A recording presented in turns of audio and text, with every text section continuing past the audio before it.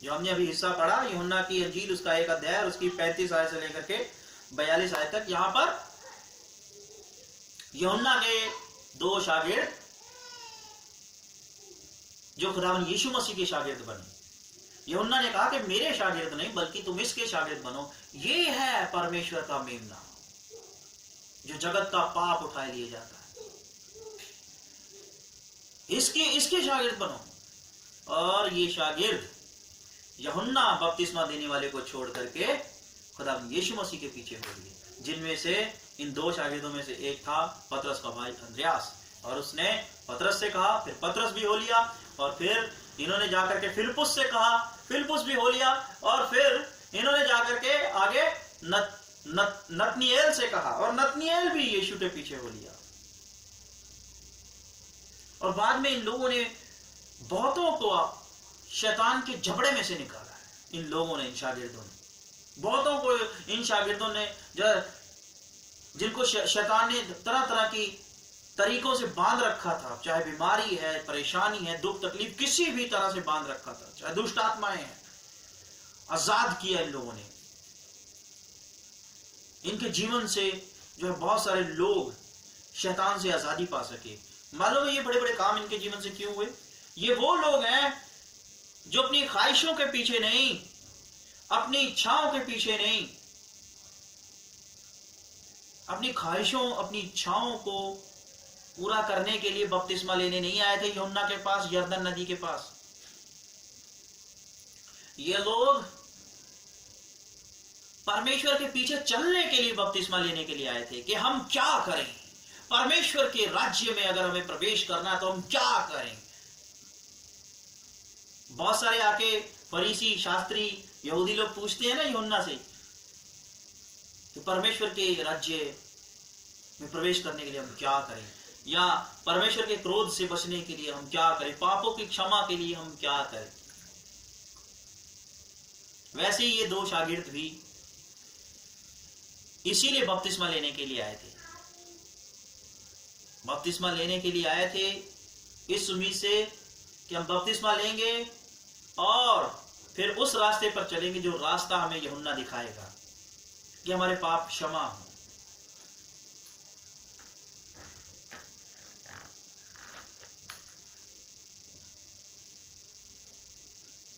ये अपनी ख्वाहिशें पूरी करने के लिए ही आए थे उस दरिया के किनारे पर बपतिस्मा लेने के लिए। आज तो हम बपतिस्मा लेने के लिए क्यों जाते हैं? मेंबरशिप मिल जाए, चर्च मेंबरशिप मिल जाए, हमारे कागज बन जाए, बहुत सारी फैसिलिटीज होती हैं वो मिले हमें।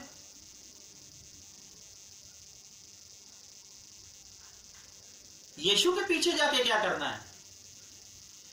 बपतिस्मा लो, मेंबरशिप लो, अपना कागज बनाओ, उसके बाद यीशु के पीछे किसको चलना है? अपनी ख्वाहिशों को पूरा करो, अपनी जिंदगी को बेहतर बनाने के लिए चलो इस संसार के अंदर। यीशु के पीछे कौन चलेगा? और इसीलिए जो है,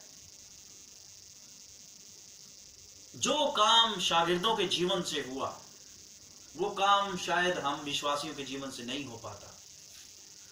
इसीलिए हम उन शागिर्दों की तरह शैतान के साथ लड़ नहीं पाते और बहुतों को आग में से झपट करके निकाल नहीं पाते, बहुतों को शैतान के जबड़े में से निकाल नहीं पाते, क्योंकि हम परमेश्वर के पास अपनी ख्वाहिशों के लिए आते हैं, अपनी जरूरतों के लिए आते हैं।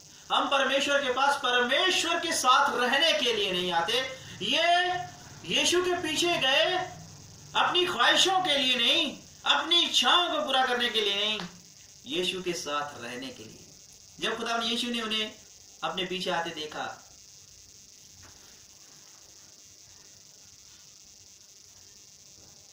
तो उनसे कहा कि तुम किसकी खोज में हो? तुम किसकी खोज में हो? अपनी जरूरतों की, अपनी बेहतर जिंदगी की, अपनी फ्यूचर प्लानिंग की खोज में हो कि मेरी खोज में हो? प्रभु समझ गया कि ये बंदे सच में उसकी खोज में हैं। तभी तो वो मछलियों की इतनी बड़ी कश्ती छोड़ के आ गए गलील के झील के किनारे। अपना बिजनेस छोड़ के यहाँ यरदन दरिया के पास बैठ गए आके, और यीशु का पीछा कर रहे हैं, यीशु का पीछा कर रहे हैं यूहन्ना की गवाही पर कि यही वो मसीह है, यही है वो जरिया जिसकी गवाही यूहन्ना दे रहा है, यही हमें परमेश्वर के पास पहुंचाएगा, यही हमें परमेश्वर से मिलाएगा। हमें इसके साथ रहना है। वो यीशु के साथ रहने के लिए उसके पीछे आए थे, और खुदावंद यीशु मसीह समझ गया, और खुदावंद यीशु मसीह उनमें से एक को कहता है, पतरस को कहता, शिमोन,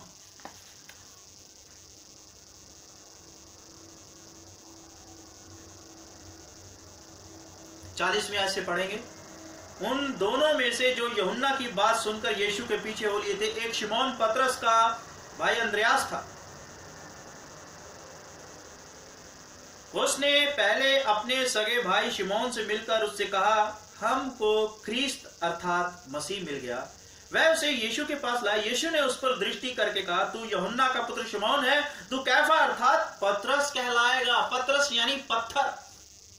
मैं तुझ पत्थर के ऊपर कलीसिया बनाऊंगा, चर्च की बुनियाद रखूंगा तुझ पर मैं, क्योंकि तू अपनी ख्वाहिशों के लिए नहीं, अपनी जरूरतों के लिए, तू मेरे साथ रहने के लिए, मेरे साथ चलने के लिए, मेरे साथ जिंदगी गुजारने के लिए मेरे पीछे आया है। वैसे ही अंद्रयास, वैसे ही दूसरे शागिर्द, वैसे ही फिलिप्पुस, वैसे ही नतनिएल। नतनिएल को क्या बोलता है, कहता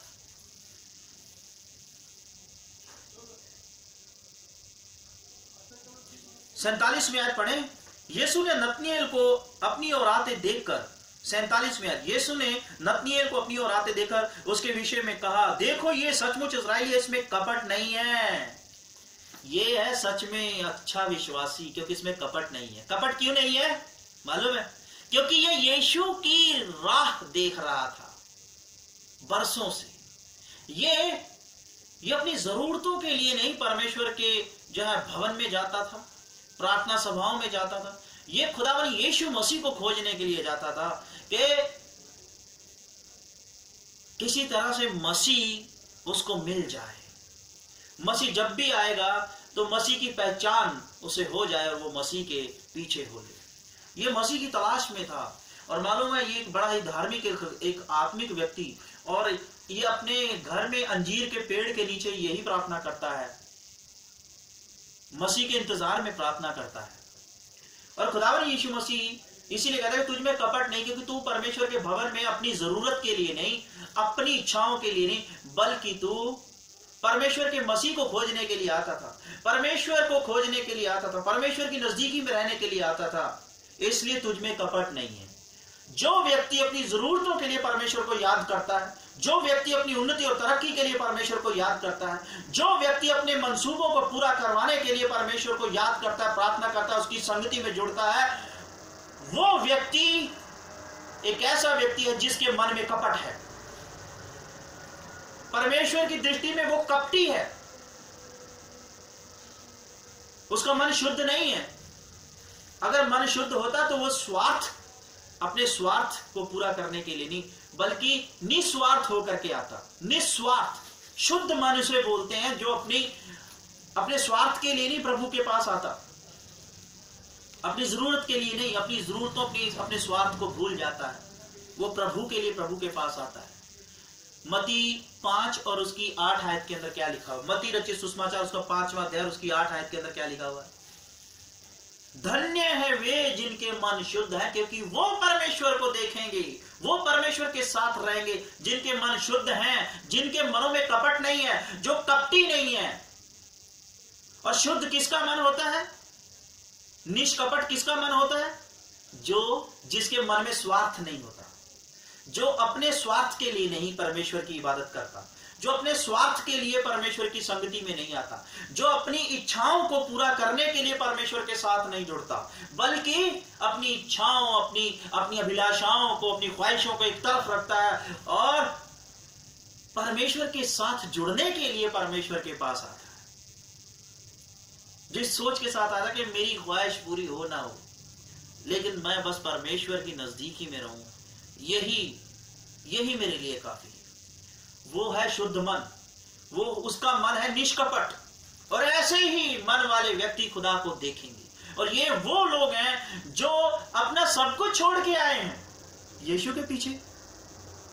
कि वो कहां रहता है?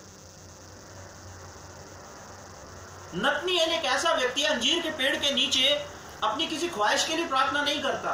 वो परमेश्वर के साथ रहने के लिए, उसकी नजदीकी में रहने के लिए और आने वाले मसीह को पाने के लिए, जिसके विषय में भविष्यवक्ताओं की पुस्तकों में लिखा हुआ, पवित्र शास्त्र में लिखा हुआ कि मसीह बहुत जल्द आने वाला है। उस मसीह को पाने के लिए अंजीर के पेड़ के नीचे दुआ करता है। और खुदावंद यीशु मसीह उसे क्या कहते हैं? फिर से आ जाए 47वीं आयत से, यूहन्ना की अंजील उसका पहला अध्याय और उसकी 47 में। यीशु ने नतनीएल को अपनी ओर आते देखकर उसके विषय में कहा, देखो ये सचमुच इस्राएली है, इसमें कपट नहीं। नतनीएल ने उससे कहा, तू मुझे कैसे जानता है? यीशु ने उसको उत्तर दिया, इससे पहले कि फिलिप्पुस ने तुझे बुलाया, जब तू अंजीर के पेड़ के तले था, तब मैंने तुझे देखा था। तू जब इससे पहले कि फिलिप्पुस तुझे मेरे बारे में बताता, तू अंजीर के पेड़ के तले दुआ कर रहा था।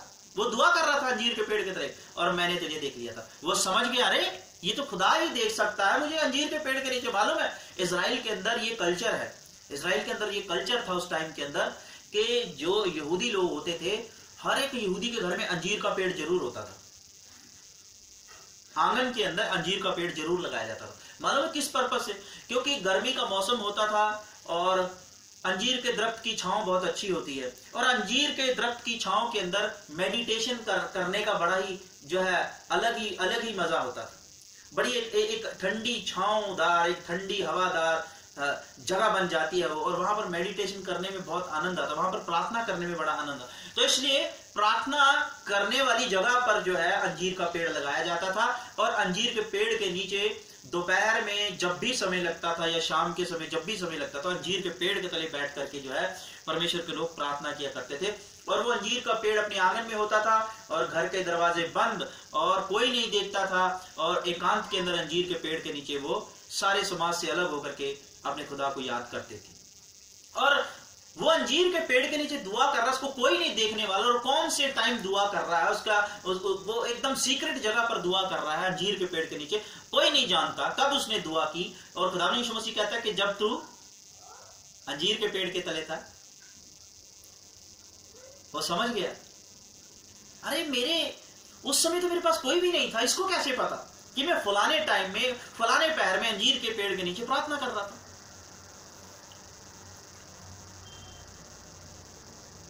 यीशु ने उसको उत्तर दिया, इससे पहले कि फिलिप्पुस ने तुझे बुलाया, जब तू अंजीर के पेड़, जब फिलिप्पुस उसको घर पे बुलाने आया, मालूम है वो अपने घर के आंगन में प्रार्थना कर रहा था अंजीर के पेड़ के नीचे, और जैसे उसकी प्रार्थना खत्म हुई तो फिलिप्पुस आ गया मसीह के बारे में बताने के। फिलिप्पुस को नहीं पता है कि भैया वो प्रार्थना कर रहा था अंजीर के पेड़ के नीचे, लेकिन प्रभु यीशु मसीह कहता है कि इससे पहले फिलिप्पुस ने तुझे बताया, तू अंजीर के पेड़ के नीचे प्रार्थना कर रहा था ना, जब तू अंजीर के पेड़ के तले था तब मैंने तुझे देखा था। नतनीएल ने उसको उत्तर दिया, हे रब्बी तू परमेश्वर का पुत्र, तू इस्राएल का महाराजा है। यीशु ने उसको उत्तर दिया, मैंने जो तुझसे कहा कि मैंने तुझे अंजीर के पेड़ के तले देखा, क्या तू इसीलिए विश्वास करता है? क्या तू इसलिए विश्वास करता है कि मैंने तुझे कहा कि मैंने तुझे अंजीर के पेड़ के तले देखा था, जब तू एकांत के अंदर बैठा हुआ था, तुझे कोई नहीं देख रहा था, कोई नहीं जानता था, तू एक अकेले में प्रार्थना कर रहा था, किसी को नहीं पता किस टाइम प्रार्थना कर रहा था, मैंने वो बात तुझे बता दी, इसलिए विश्वास करता। अरे तू तो बहुत बड़े बड़े काम देखेगा। क्या तू इसीलिए विश्वास करता? तो इससे भी बड़े बड़े काम देखेगा। फिर उससे कहा, मैं तुमसे सच सच कहता हूं कि तुम स्वर्ग को खुला हुआ और परमेश्वर के स्वर्गदूतों को मनुष्य के पुत्र के ऊपर उतरते और ऊपर जाते देखोगे। जो व्यक्ति शुद्ध मन का है, निष्कपट है, जो अपनी ख्वाहिशों, अपनी जरूरतों के लिए, अपनी इच्छाओं को पूरा करवाने के लिए प्रार्थना सभा में नहीं आता, बल्कि बिना किसी स्वार्थ के परमेश्वर की प्रार्थना सभा में आता, परमेश्वर को खोजने के लिए, खुदावंद यीशु मसीह को खोजने के लिए, उसके साथ जुड़ने के लिए उसके पास आता है, वो है शुद्ध मन का व्यक्ति। और ऐसे लोग खुदावंद यीशु मसीह को देखेंगे, स्वर्ग को खुला हुआ देखेंगे, उसके स्वर्गिक राज्य में प्रवेश करेंगे, स्वर्गदूतों को उसके ऊपर उतरते वे देखेंगे, न्याय के दिन भी देखेंगे, जब खुदावंद यीशु मसीह जो है कुल दुनिया जहान का न्याय करने के लिए इस दुनिया के अंदर आएगा। उस दिन ऐसे लोग देखेंगे खुदावंद यीशु मसीह और परमेश्वर के स्वर्गदूतों को खुदावंद यीशु मसीह के ऊपर उतरते और ऊपर जाते देखेंगे। इन लोगों ने भी देखा, और जब खुदावंद यीशु मसीह की दूसरी आमद होगी तब ऐसे बहुत सारे लोग देखेंगे। तो इसलिए मेरे अजीजों, खुदा का कलाम हमसे क्या कहता है? अगर खुदा की इबादत में आते हो, उसकी इबादत करते हो, उसकी संगति में जुड़ते हो, अपनी ख्वाहिशों को भूल करके आओ, अपनी ख्वाहिशों को भूल जाओ, प्रभु के वास्ते आओ। प्रभु के पीछे अगर आते हो तो प्रभु के साथ रहने के लिए आओ। ये नहीं मन तुम्हारा तुम्हारी अभिलाषा के साथ जुड़ा हुआ है और शरीर तुम्हारा जो है प्रभु के साथ जोड़ रहे हो। ये तो आधी अधूरी बात हुई, ऐसे बात नहीं बनती। तुम्हारा तन, तुम्हारा मन, तुम्हारा धन, सब कुछ प्रभु के साथ जुड़ना चाहिए। शरीर तुम्हारा संगति में है और मन तुम्हारा तुम्हारी अभिलाषा के ऊपर है। कहा तुम तो अभिलाषा से जुड़े हुए, संगति में बैठे हुए भी कि शायद परमेश्वर मेरी प्रार्थना सुन के ये मेरा काम कर देगा। तुम यीशु से जुड़े हुए हैं, हम यीशु से जुड़े हुए हैं क्या? हम तो अपनी अभिलाषा से जुड़े हुए हैं। चर्च में बैठे, प्रार्थना सभा में बैठे, लेकिन जुड़े हुए अपनी अभिलाषा से। यीशु से तो हम जुड़ ही नहीं पाए, यीशु के साथ तो रह ही नहीं पाए हम। यीशु की संगति में होकर के भी हम अपनी अभिलाषा, अपनी फ्यूचर प्लानिंग, अपनी इच्छाएं, अपनी भविष्य की योजनाओं के साथ ही जुड़े पड़े हैं, उन्हीं के साथ लिपटे हुए हैं। यीशु के संगति में होकर भी हम यीशु के साथ नहीं रह पाए। अगर नहीं रह पाए तो हम परमेश्वर की नजर में कपटी मन वाले हैं। हमारे मन में कपट है, हमारे मन शुद्ध नहीं है। और अगर हम ऐसा ही जीवन जीते हुए एक दिन इस दुनिया से चले गए ना, हम कभी भी परमेश्वर को नहीं देखेंगे, खुदावंद यीशु मसीह को नहीं देखेंगे स्वर्ग राज्य के अंदर। स्वर्गदूतों को उसके ऊपर उतरते हुए नहीं देखेंगे।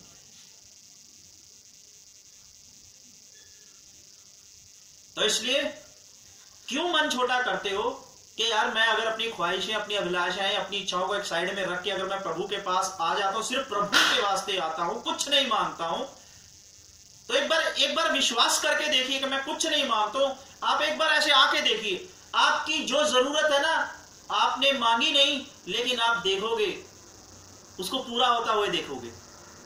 आप देखोगे अरे यार मैंने तो मांगा ही नहीं प्रभु से कुछ भी, लेकिन मेरे को जरूरत थी, प्रभु ने मेरे बिना मांगी मुझे दे दिया। ये है परमेश्वर। अरे परमेश्वर आपसे प्यार करता है, क्यों नहीं समझते हम? उसे पता है हमारी जरूरतें, हमारे मांगने से पहले ही पता है। उसने आदम को बनाया, बाग के अंदर रखा, उसको पता था बाग के अंदर आदम को जो है ये चीजों की जरूरत होगी। उसने हर एक फैसिलिटी उसके बनाने से पहले ही हर एक फैसिलिटी को बाग एदन के अंदर रख दिया था। हमें रचने से पहले ही उसने हमारी हर एक फैसिलिटी, हमारी हर एक जरूरत की चीज बाग एदन में रख दी। तो क्या अब नहीं वो हमारी हर एक जरूरत को पूरा करेगा हमारे मांगने से पहले? क्यों नहीं हमारा विश्वास इतना सा? तो इसलिए मेरे जीजों, हमें बहुत आगे बढ़ना है, बहुत आगे बढ़ना है आत्मिकता में।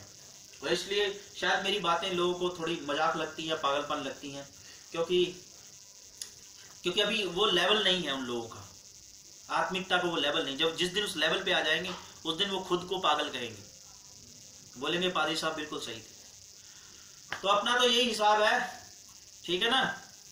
तो मेरे तो जीवन की यही गवाही रही है। 14-15 साल हो गए प्रभु में आए को, दुआ करता हूं लेकिन कभी अपनी ख्वाहिश के लिए प्रार्थना नहीं की है। मेरा एक ही दुआ रहती, खुदावन ना सोना ना चांदी ना कोई हमारी इच्छा, ठीक है ना, बस तेरे अनुग्रह में बने रहे, तेरी नजदीकी में बने रहे, यही काफी है। उसकी नजदीकी में बने हैं बाकी सब। क्योंकि मैं एक बात बताऊं, मुझे यकीन है मेरी जरूरत की फिक्र मुझसे ज्यादा उस खुदा को है। मैं क्यों आऊं? मुझसे ज्यादा उसको फिक्र है मेरी हर एक जरूरत की, ये मेरा यकीन है। तो इसलिए वो मुझे बिना मांगे देगा। मेरा काम क्या कि मैं उसके साथ बना रहूं, उसके साथ रहूं, उसके साथ जुड़ा रहूं, इस चीज के लिए दुआ करूं। और इसी सोच के साथ मैं पवित्र संगति में आऊं, पवित्र सभा में। तो ये परमेश्वर का वचन आज हमारे लिए है। खुदा बना आप सबको बहुत आशीष दे।